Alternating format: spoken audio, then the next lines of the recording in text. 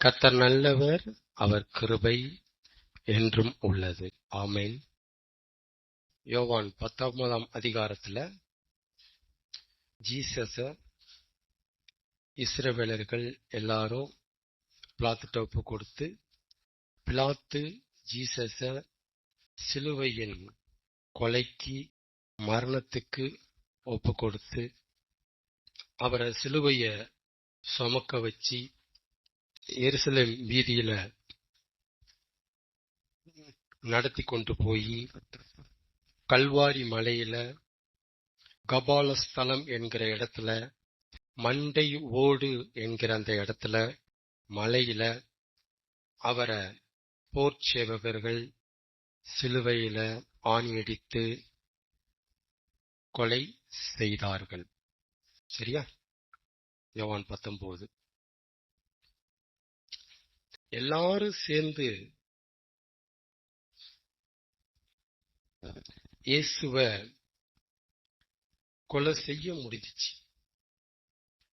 எல்லாரும் கொலை செய்யணும் முன்னு சேர்ந்துட்டாங்க. எதுக்கு ஒண்ணு சேர்ந்தாங்க? கொலை செய்யறதுக்கு. ஆனா எனக்கு என்ன ஆச்சரியமா இருந்தது அப்படின்னா, கொலை செய்யறத எல்லாராலையும் முடிஞ்சு ஜீசஸ. ஆனா ஜீசஸ் இறந்த பிறகு அவருடைய உடம்ப சிலுவையில இருந்து இறக்கி துணிகளால கட்டி யோசேப்பு இன்னொருத்தர் இதெல்லாம் பண்றாங்க. பண்ணி வெட்டப்பட்ட புதிய கல்லறையில அவரை வச்சாச்சு. வச்சதுக்கு அப்புறமும் அவரை கொலை செய்வதற்கு தூண்டின பிரதான ஆசாரியர்கள், வேதபாரர்கள் பிலாத்துட்ட போய், இந்த கள்ளன், இந்த எத்தன், இந்த திருடன், இந்த பைத்தியக்காரன், இந்த பொய் சொல்றவன் நான் இறந்த பிறகு 3 நாள் உயிரோட எந்திப்பேன் அப்படின்னு உயிரோட இருக்கும்போது இவன் ஊழியம் பண்ணிட்டு இருந்தான், பிரசங்கம் பண்ணிட்டு இருந்தான், அந்த செய்தியை பரப்பிட்டு இருந்தான். அதனால 3 நாள் கழிச்சு இயேசு எந்திக்க போறது இல்ல. ஆனா ஒண்ணு நடக்க வாய்ப்பு இருக்கு. அவனுடைய சால்ராக்கள், அவனுடைய ஆமாம் சாமி போடுற கூட்டங்கள், பேதுரு, யோவான், இந்த கூட்டங்கள் என்ன செய்வாங்க அப்படின்னா, நைஸா நைட்டோட நைட்டா போய் கல்லறையை திறந்து இயேசுவை தூக்கிட்டு கொண்டு போய் வேறொரு இடத்துல புதைச்சிருவாங்க.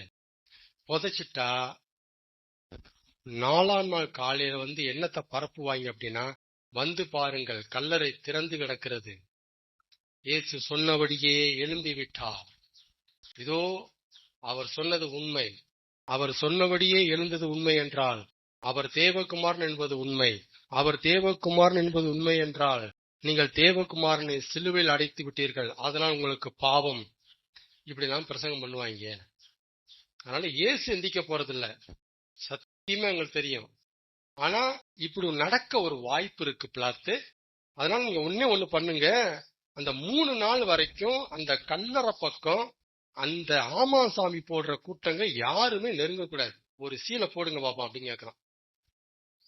ஒரு முத்திரை வைங்க, யாருமே பக்கம் நெருங்க கூடாது அப்படின்னு பிளாத்து கேட்டோடனே பிளாத்து சொல்றாரு, அதுதான் உங்ககிட்டயே போலீஸ்காரங்க இருக்கிறாங்கப்பா, உங்க ஆளை வச்சு எந்த அளவுக்கு நீங்க அதை சேஃப்டி பண்ண முடியுமோ கல்லறைய சேஃப்டி பண்ணுங்க.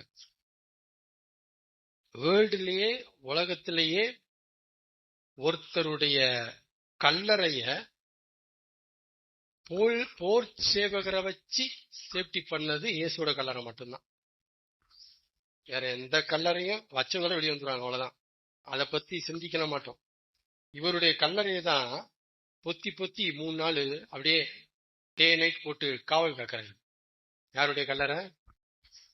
இயேசுடைய கல்லறை. என்ன காரணம்? அவர் உயிர் தெழுவேன்ட்டு பல தடவை அந்த மனுஷன் சொன்னான் உயிரோட இருக்கும்போது. அது நடக்காது. ஆனா நடந்த மாதிரி காமிக்க இங்க ஒரு சினிமா குரூப் இருக்கு. இவன் பண்ணுவாங்க, இந்த டிராமா போடுவாங்க. அது பெரிய தலைவலியா போயிரு எங்களுக்கு. இது எப்படி நாங்க இந்த உபதேசத்தை ஒழிக்கிறது? ஏற்கனவே அந்த ஆளு இயேசு பண்ண உபதேசத்தை ஒழிக்க முடியாம தண்ணிட்டு இருக்கிறோம், அப்புறம் இது வேற பரப்பி விட்டுற போறாங்க அப்படின்னு போர்ச்சவரை வச்சு இவங்க காவல் காத்தாங்க, சேஃப்டி பண்ணாங்க. சும்மா ஒண்ணும் விடல. இவ்வளவு பிரயாசப்பட்டோம், பிலாத்து வரைக்கும் போய் செய்தியை சொல்லியும் தங்களுடைய ஆட்களை வச்சு டே நைட்டு போட்டு கண்ணுல விளக்கடையை ஊத்தி தூங்க மாட்டேங்கிறாங்க. இவனை வாட்ச் பண்றதுக்கு இன்னொரு குரூப் தூங்குறாங்க. பாத்துக்கோ, இவ்வளவு பண்ணியும் என்ன செய்ய முடியாம போயிடுச்சு. இயேசு உயிரோட எந்திரிச்சு வர்றத ஒருத்தனாலையும் தடுக்க முடியல. ஆமை, கொலை செய்ய முடிச்சு, ஆனா மறுபடியும் உயிர் பெற்று எழும்பி வருகிறத மனுஷனால தடுக்கவே முடியல. ஆமே, அப்பெல்லாம் மனுஷனால கொலை செய்ய முடியுமான்னு கேட்டீங்கன்னா கொலை செய்ய முடியாது. அப்புறம் எப்படி அவரை கொலை மட்டும் செய்ய முடியுச்சு அப்படிங்கன்னா கொலை செய்யல. அவர்தான் கொலை உண்டார். அவர்தான் தன்னுடைய ஜீவனை விட்டாரு.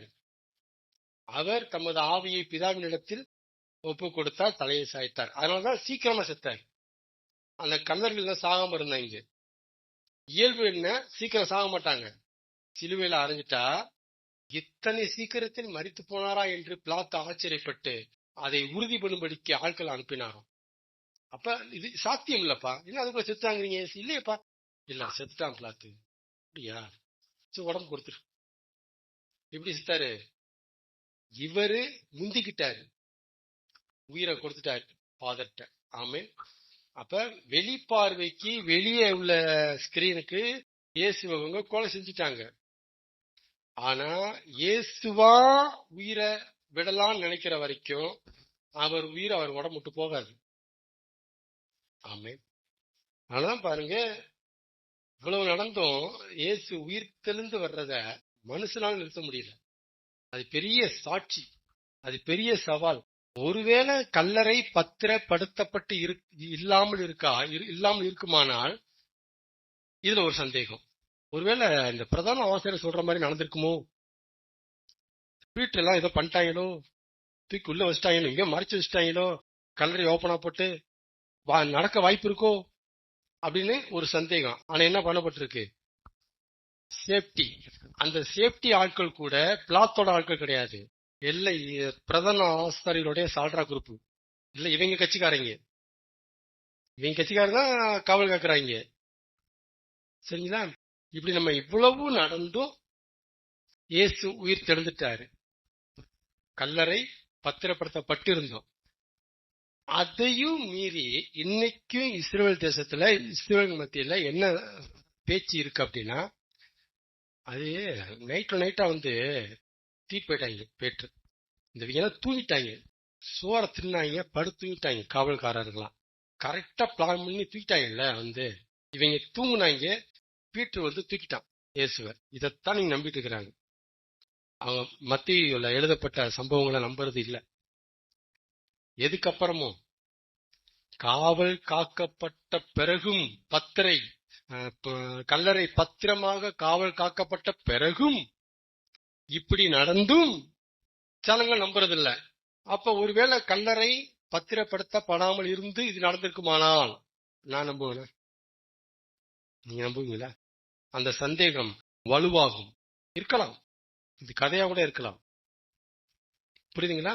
அப்ப தேவன் அந்த சீனை, அந்த சம்பவத்தை கிளியரா கொண்டு போறாரு, அழகா கொண்டு போறாரு. என்ன நடந்தாலும், தேவன் என்ன பண்ணாலும் சந்தேகம் வர்றது ஒரு பக்கம் நடந்துட்டு இருக்கும்.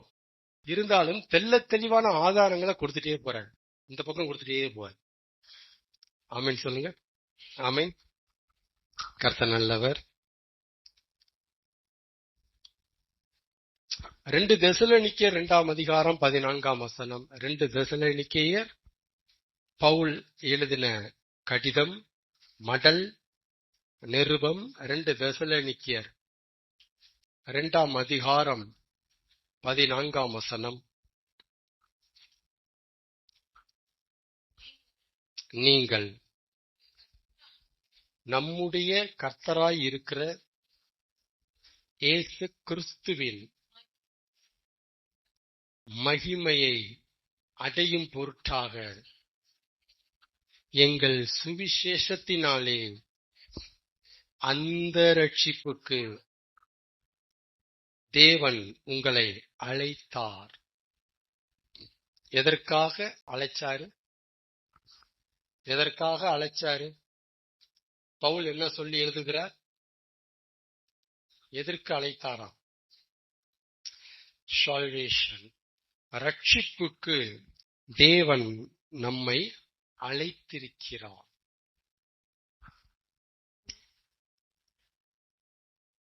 இயேசு கிறிஸ்துவின் மகிமையை அடையும்படிக்கு அந்த ரட்சிப்புல அந்த மகிமையை அடையிறது உள் அடங்கி இருக்கு. தேவன் நம்மை ரட்சிப்புக்கு அழைத்திருக்கிறார். ஆமென். அப்ப ரட்சிப்புக்கு தேவன் அழைக்கிறார் என்கிற ஒரு சத்தியத்தை மறந்துடக்கூடாது. அந்த ரட்சிப்பினாலதான் நாம முதல்ல என்ட்ரி ஆகிறோம். ஜீசஸினுடைய சிலுவையின் நிழலுக்கு நம்ம அங்கதான் வர்றோம். சிலுவைக்கு பக்கத்துல அங்கதான் வர்றோம். ஜீசஸ் அப்பதான் வர்றோம். எதுக்கு அழைக்கிறா? ரட்சிப்புக்கு. பாவ மன்னிப்பாகிய மீட்பு, பாவ மன்னிப்பாகிய ரட்சிப்பு, ரட்சிப்புக்கு நம்மை அழைக்கிறார். நம்பர் 2, 1 தெசலோனிக்கேயர் 4:7. 1 தெசலோனிக்கேயர் 4:7. தேவன் நம்மை அசுத்தத்திற்கு அல்ல பரிசுத்தத்திற்கே அழைத்து இருக்கிறார்.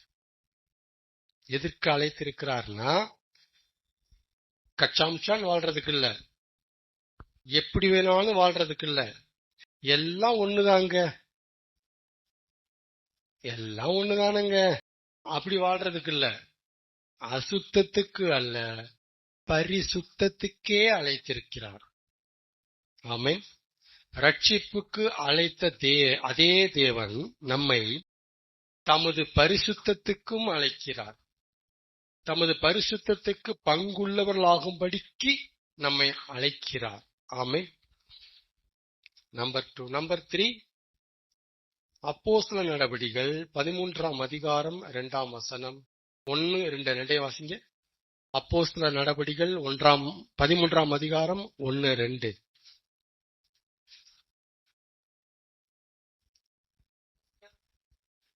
அந்தியோகியா பட்டணத்தில்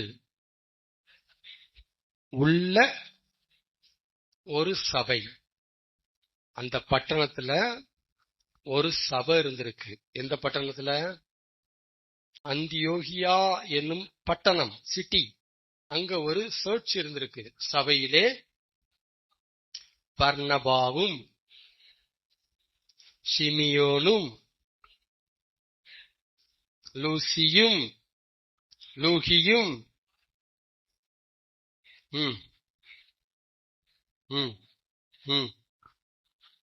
மனாயினும் நம்ம சவுலும் பர்னபாவும் ஷவுலும் தீர்க்கதரிசிகளாயும் போதகர்களாயும் இவர்கள்ல இருந்தாங்க. சபையில யார் இருந்தா? சர்ச்ல யார் யார் இருந்தா? போதகர் இருந்தாங்க. போதகன் மட்டும் இல்ல, யார் யார் இருந்தா? போதகர்கள் இருந்தாங்க, தீர்க்கதரிசிகள் இருந்தாங்க. ஆமென். இதெல்லாம் ஒரு சர்ச்சுடைய டிசைன் இருந்தார்கள். இவங்க இப்படி இருந்துட்டு இருக்கும் போது 13:2 சொல்லுது, அவர்கள் கர்த்தருக்கு வொர்ஷிப் பண்ணிட்டு இருக்கிறாங்க, சர்ச் நடத்திட்டு இருக்கிறாங்க, ஆராதனை செய்து உபவாசித்துக் கொண்டிருக்கும் போது பர்னபாவையும் ஷவுலையும் நான் அழைத்த ஊழியத்திற்காக அவர்களை இந்த சபையை விட்டு உங்கள் மத்தியிலிருந்து பிரித்து விடுங்கள் என்று பரிசுத்த ஆவியானவர் அங்கிருந்த ஒரு தீர்க்கதரிசியின் வாய் வழியாக மூலமாக திருவுளம் பற்றினார். சரியா? சர்ச்சில் சவுலும் பர்னபாவும் அட்டன் பண்ணிட்டு இருக்கும் போது, வொர்ஷிப் பண்ணிட்டு இருக்கும் போது, அந்த ஆராதனை நேரத்துல தீர்க்கதரிசியா இருந்த ஒருவன் மூலமாக தேவனுடைய ஆவியானவர் பேசுகிறார். பவுலையும் பர்னபாவையும் நான் அழைத்த ஊழியத்துக்கு பிரித்து விடுங்கள். இன்னும் அவங்கள உங்களோட கூட வச்சிட்டு இருக்காதீங்க.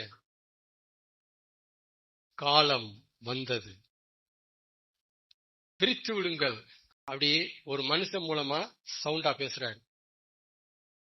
ஆமை. சரி, இங்க எதுக்கு அழைக்கிறாரு?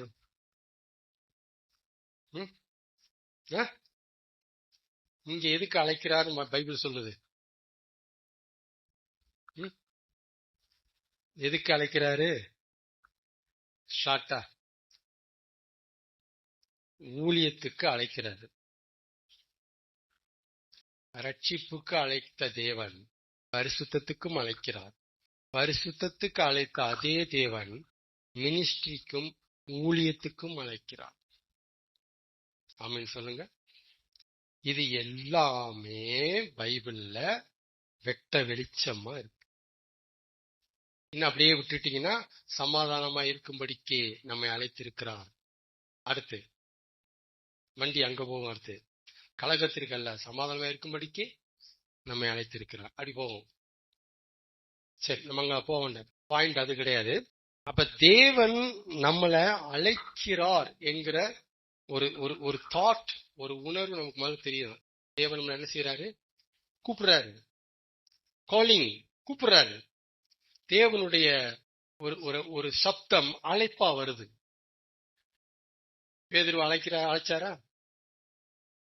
நாத்தான் அழைச்சாரா? அழைச்சாரு பாருங்க, நீ என்னை பின்பற்றி வா. அப்ப தேவனுடைய அழைப்பு மனிதனை சந்திக்கிறது.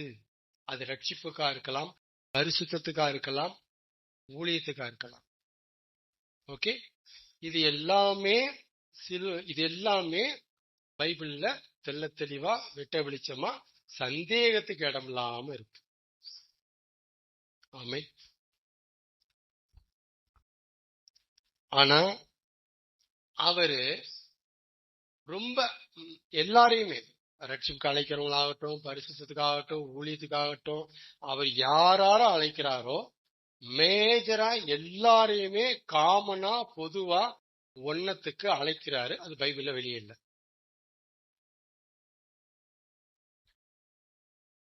ஒன்னத்துக்கு மட்டும் அழைக்கிறாரு.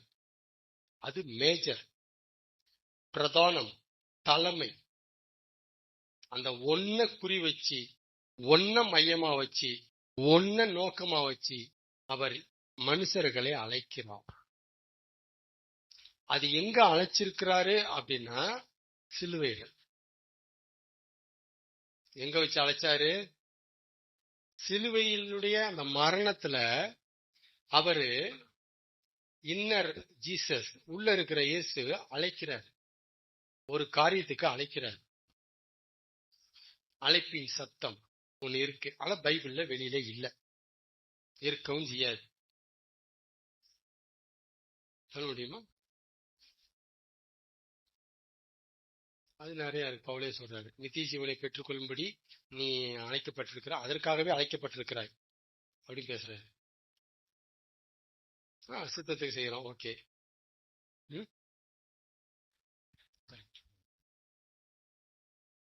சிலுவையில இயேசு மறைமுகமா ஒரு அழைப்பை கொடுக்கிறாரு. ஆனா அது எல்லா அழைப்புக்கும் தலை அதுதான். அதான் தலையான அழைப்பு. என்ன அழைப்பு அது? மனுஷர்கள் தமக்கு பின்னால இருக்கும்படி இயேசு சிலுவையில அழைக்கிறார். யாருக்கு பின்னால இருக்கணும்? எனக்கு பின்னால இருக்கணும்பா, வாங்க வாங்க அப்படிங்கிறார். போதும் உங்களுக்கு பின்னால இருந்தது, போதும் பணத்துக்கு பின்னால இருந்தது, போதும் உங்க திறமைக்கு பின்னால இருந்தது. உங்க திறமைக்கு பின்னால இருந்து என்னத்தை தான் சாதிச்சீங்க? உங்க சக்திய நம்பி, உங்க சக்திக்கு மறைவுல, உங்க பலனுக்கு மறைவுல பின்னால இருந்து நீங்க என்ன நல்லா வாழ்ந்துட்டீங்க? ஏன் உங்க பின்னால இருக்கீங்க? என் பின்னால வாங்கங்கிற. பேதுரு யோவான் கொடுக்கும்போது என்ன சொன்னாரு? எனக்கு பின்னே வாருங்க. இந்த வேலை கவனிச்சீங்களா? எனக்கு பின்னே வாருங்க. ஆனா சிலுவையில மறைமுகமா சவுண்டா அந்த வார்த்தையை பேசுறாரு. எனக்கு பின்னால வாங்க, எனக்கு பின்னால இருங்க, வாங்கல்ல இருங்க. ஆமென். இப்ப தமக்கு பின்னாலே இருக்கும்படி மனிதர்களை இயேசு அழைக்கும் சத்தம் சிலுவையிலே யாருக்கு கேட்குதோ இல்லையோ, எனக்கு நல்லா கேக்குது. ஆமென். திரும்ப திரும்ப அந்த சத்தம் எனக்கு நல்லா கேக்குது. அவர் அதுக்கு அழைக்கிறார். உன்னை விட உன் மேல எனக்கு பாசம் இருக்குன்னு சொல்றதும் அதுக்குத்தான். அதுக்குத்தான் சொல்றாரு. நியாயப்பிரமாணத்தை நம்பி என்ன பண்ணிச்சு ஒன்னு? உன்னை நம்பி நியாயப்பிரத்தை நம்பினியே, நீ சாதிச்சிட்டியா, நீதிமன்றம் ஆயிட்டியா கேட்கிறாரு கேள்வி. உன்னால ஒண்ணும் முடியாது தெரிய வேண்டாம். திரும்ப திரும்ப அதை சொல்லி என்ன சொல்ல வர்றாரு? பின்னால வா, பின்னால இரு, விட்டுடு, நீ பின்னால இரு, எனக்கு பின்னால இரு. ஆமை. கர்த்தர் நல்லவர். மக்கள் மத்தியில, ஜனங்கள் மத்தியில எப்படியாவது தேவனை, கடவுளை ரீச் பண்ணிடணும். என்ன பண்ணிடணும்? ரீச் பண்ணிடணும். சொல்லுவாங்க இல்லையா, இப்ப இந்த இந்த இந்த நல்ல காரியத்தை நான் செஞ்ச, இந்த நல்ல காரியத்தை, இப்ப தேர்தல்லாம் வர இருக்கு, நான் செஞ்ச இந்த நாம என்னன்னா செஞ்சோம்ப்பா, அந்த நல்ல காரியத்தை தமிழ்நாடு முழுக்க பட்டி தொட்டி எல்லாம் ரீச் பண்ணிருங்கப்பா. கேள்விப்பட்டிருக்கீங்களா? ரீச் பண்ணிடணும்.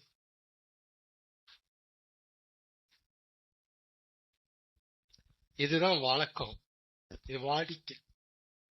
அதே மாதிரி நமக்கு என்னென்ன கெடுதல் செஞ்சாங்க அதெல்லாம் ஒரு பட்டியல் போட்டு இதையும் மக்கள் மத்தியில ரீச் பண்ணிருங்க.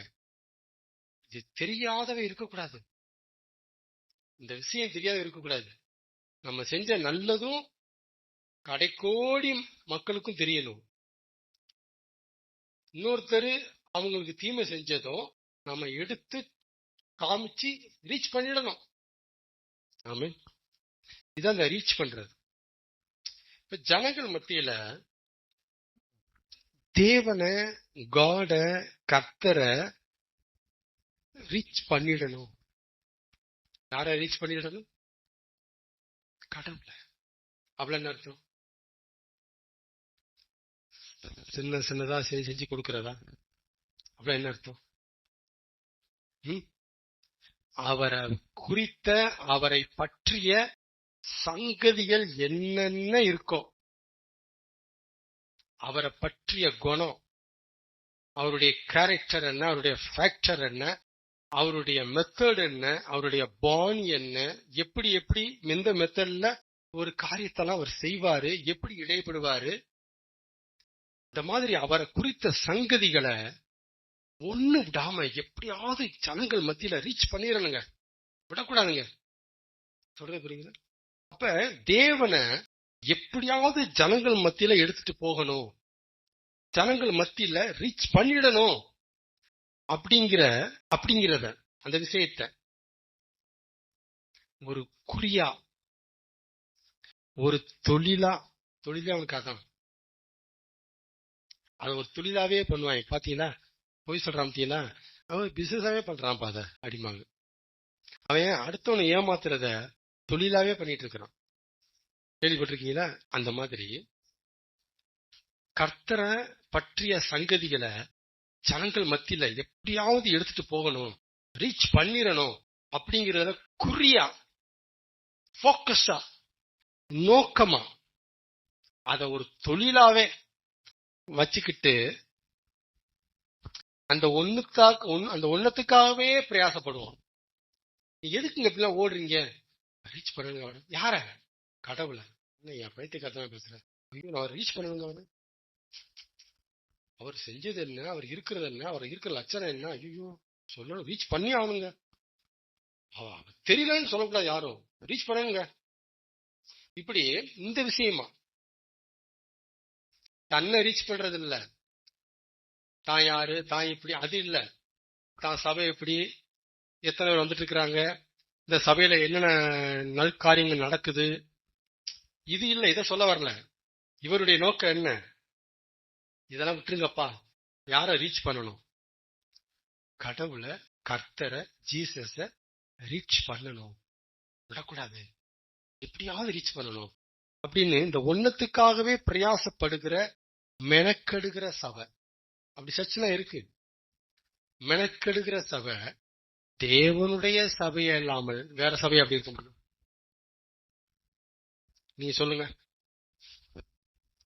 இந்த ஒன்னத்துக்காகவே பிரயாசப்படுகிற ஒரு சபை, அது தேவனுடைய சபையா இல்லாம வேற யாருடைய சபையா இருக்க முடியும்? பாயிண்ட் எங்க கோர்க்கிறேன்னு புரியுதுங்களா? தேவனை ரீச் பண்ணணும், மத்ததெல்லாம் விடுங்கய்யா அப்படின்ட்டு ஒரு சபை துடிக்குது அப்படின்னா அந்த சபை தேவனுடைய சபையா இல்லாம வேற யார் சபையா இருக்கும்?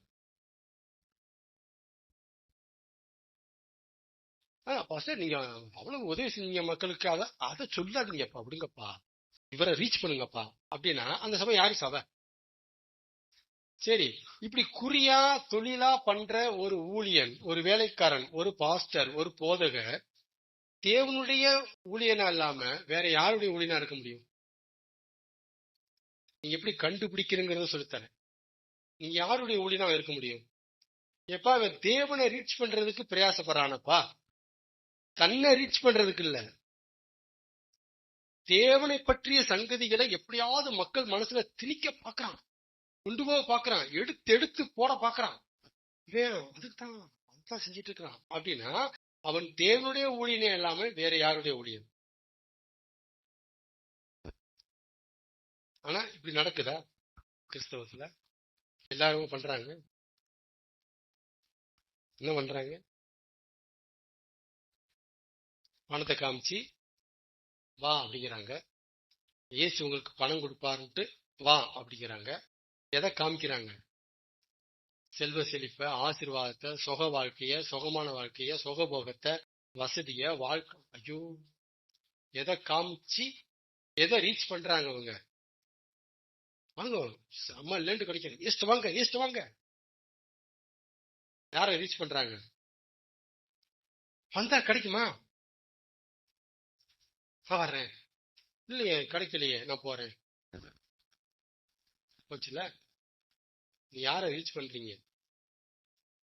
ஆமே, கிளியரா? இது வரைக்கும் புரிஞ்சுக்கிட்டீங்களா?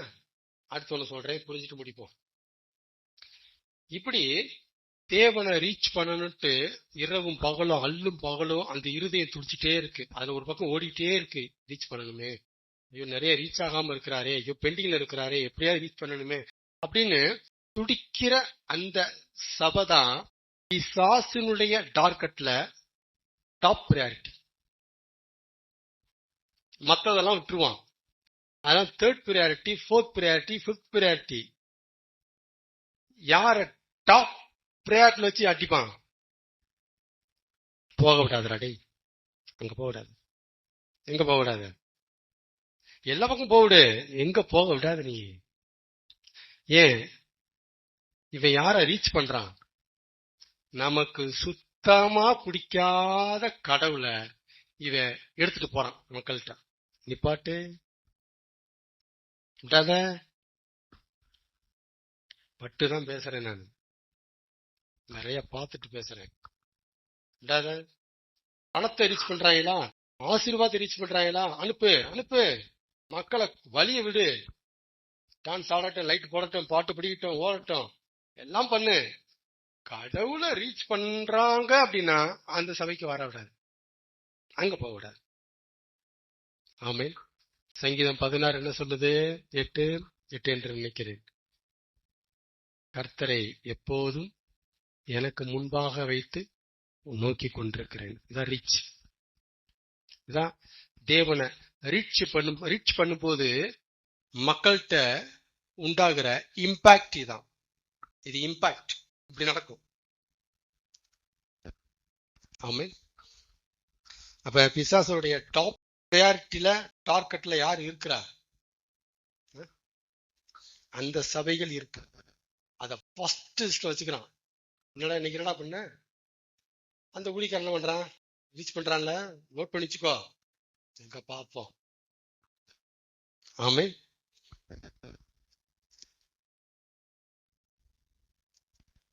சரி, இப்ப தேவனை ரீச் பண்ணனா ஒரு ஊழியக்காரன் துடிக்கிறான், ஒரு சபை துடிக்குது. எதுக்கு?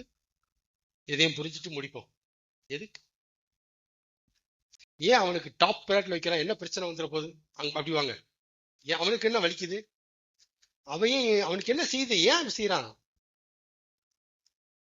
ஒண்ணு, இவர் ஏன் இந்த சபை, ஏன் இந்த ஊழியம், ஏன் தேவனை ரீச் பண்ணிட்டு எதையும் துடிக்குது? ரெண்டையும் காரணம் புரிஞ்சுக்கணும். எதுக்கு? எத்தனையோ ரீச் பண்ண இருக்கு. வேத அறிவை ரீச் பண்ணலாம், எத்தனையோ இருக்கு. நீங்க வாங்க, பரலோகத்தை பத்தி 7 மணி நேரம் பேசுறேன், அதை ரீச் பண்ணலாம், பரலோகத்தை ரீச் பண்ணி விடலாம், பணம் சம்பாதிக்கலாம், எல்லாமே இருக்கு. ஆனா இவரு தேவனை ரீச் பண்ணணும் அப்படின்னு இவர் ஏன் துடிக்கிறாரு? இது ஏன் அவனுக்கு பிடிக்க மாட்டேங்குது? முதல் இடத்துல வச்சிருக்கிறான், விடக்கூடாதான்னு புரிஞ்சுக்குங்க. அதெல்லாம் முதல்ல என்னவா இருக்கும்?